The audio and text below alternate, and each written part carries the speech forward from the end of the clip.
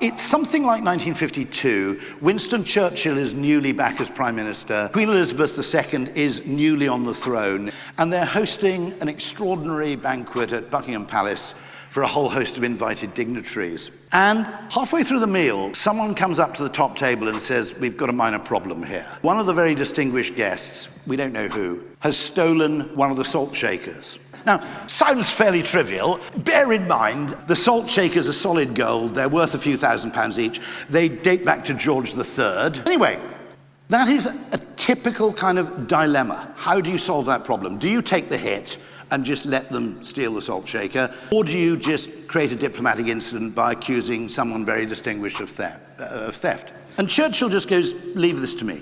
And he takes the matching pepper pot from the table and he just puts it in his breast pocket and he waits. And after the meal, the miscreant is standing on his or her own by a window, and Churchill just sidles up to her, pulls out the little pepper pot from his own pocket and says, "I think we've both been spotted. We probably better put these back." Now, the genius of that is he or she probably didn't believe that he was in the business of heisting the tableware.